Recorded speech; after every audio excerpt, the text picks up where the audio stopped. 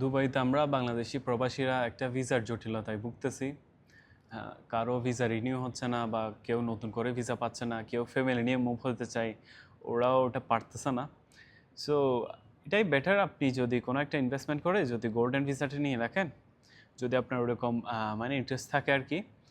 আমি কখনো বলবো না 2 মিলিয়ন দেরহাম আছে আপনি এগুলো সব এখানে এসে ইনভেস্ট করেন। আপনার যদি 100 মিলিয়ন থাকে অবশ্যই 2 মিলিয়ন এখানে ইনভেস্টমেন্ট করতে পারেন ফিউচারের জন্য। তো আপনি এখানে একটা 10 ইয়ার্সের গোল্ডেন ভিসা পেয়ে গেলেন। এর মাধ্যমে আপনি নিজের জন্য 10 ইয়ার্স, আপনার ফ্যামিলির জন্য 10 ইয়ার্স, আপনার কিডস এবং আপনার প্যারেন্টসদের আপনি আনতে পারবেন 10 ইয়ার্সের জন্য। এর মাধ্যমে আপনার কিন্তু কোনো কিছু রেফারেন্স লাগবে না, মানে আপনি ডাইরেক্টলি আপনার ভিসা দিয়ে ওদের ভিসা রেফার করতেছেন গোল্ডেন ভিসা দিয়ে। এর মাধ্যমে আপনি একজন মেইড এবং একজন ড্রাইভার সহ এবং একজন গার্ডেনারও আপনি রেফার করতে পারবেন আপনার গোল্ডেন ভিসা দিয়ে, যেটার মেয়াদ 10 বছর।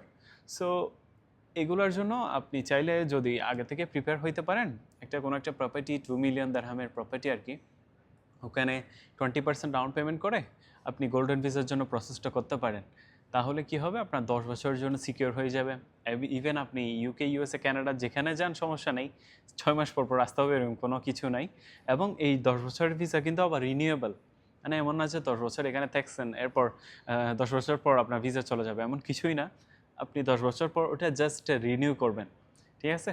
তো আপনারা যারা প্রবাসী আছেন, দুবাইতে ইনভেস্টমেন্ট করতে চান, গোল্ডেন ভিসা নিতে চান 10 বছরের জন্য, you can reach out with me any time. Thank you so much.